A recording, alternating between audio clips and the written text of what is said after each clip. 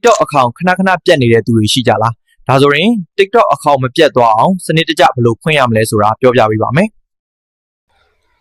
ရင်တော့ကျွန်တော် TikTok ထဲဝင်လိုက်ပြီဆိုလို့ရှိရင်เนาะအခုလိုမျိုး login ပုံစံလေးပြနေမှာပဲဖြစ်ပါတယ်ကျွန်တော်တွေကအဲ့ဒီ login ဆိုတာလေးကိုတစ်ချက်နှိပ်လိုက်ပါမယ်ဒီ login ဆိုတာလေးကိုနှိပ်လိုက်မယ်ဆိုလို့ရှိရင်เนาะကျွန်တော်အခုလိုမျိုးမြင်ရမှာတွေ့ပါဖြစ်ပါတယ်ဒါမှကျွန်တော်တွေက Facebook နဲ့ဝင်ကျင်နေဆိုလို့ရှိရင်เนาะကျွန်တော် Facebook ကိုနှိပ်ပါကျွန်တော် Google နဲ့ဝင်ကျင်နေဆိုလို့ရှိရင်เนาะ Google ကိုနှိပ်ပေးလိုက်ပါဒါမဲ့ကျွန်တော်တွေကအကောင့်မပြအောင်စနစ်တကျဖွင့်မှာဖြစ်တဲ့အတွက် Uphone email URL ကိုကျွန်တော်တို့ရွေးချယ်ပေးရမှာဖြစ်ပါတယ်ပြီးပြီဆိုရင်ကျွန်တော်ဒီမှာUS ဆိုတာတွေ့ရလိမ့်မယ်အကောင့်လေးကိုကျွန်တော်တစ်ချက်နှိပ်ပါနှိပ်ပြီးပြီဆိုလို့ရှိရင်เนาะကျွန်တော်ဒီနေရာမှာမြန်မာဆိုပြီးတော့ကျွန်တော်ရိုက်ရှာလိုက်ပါမြန်မာကိုတွေ့ပြီဆိုရင်မြန်မာကိုရွေးမယ်ပြီးရင်ကျွန်တော်တို့ဖွင့်နေတဲ့ဖုန်းနံပါတ်ကိုဒီမှာထည့်ပေးရမှာဖြစ်ပါတယ်ဒါပေမဲ့ဖုန်းနံပါတ်တွေကကုတ်ကြတာခက်တဲ့အတွက်ကြောင့်ကျွန်တော်တို့ဒီကemail URL ကိုကျွန်တော်တို့နှိပ်ပေးမယ်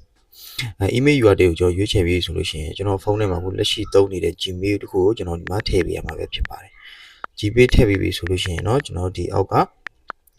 continue ဆိုတာလေးကိုနှိပ်လိုက်ပါမယ်ဒီ continue ကိုနှိပ်ပြီးပြီဆိုလို့ရှိရင်เนาะကျွန်တော်တို့အဲ့ Gmail ကိုကုတ်ချပေးမှာဖြစ်ပါတယ်အဲ့ကြလိုက်ကုတ်ကိုဒီမှာထည့်ပေးလိုက်ရုံပါပဲဒါဆိုလို့ရှိရင်เนาะကျွန်တော်အကောက်ကခက်ခဲပါမှာနဲ့စနစ်တကျစိတ်ချလက်ချသုံးလို့ရပြီပဲဖြစ်ပါတယ်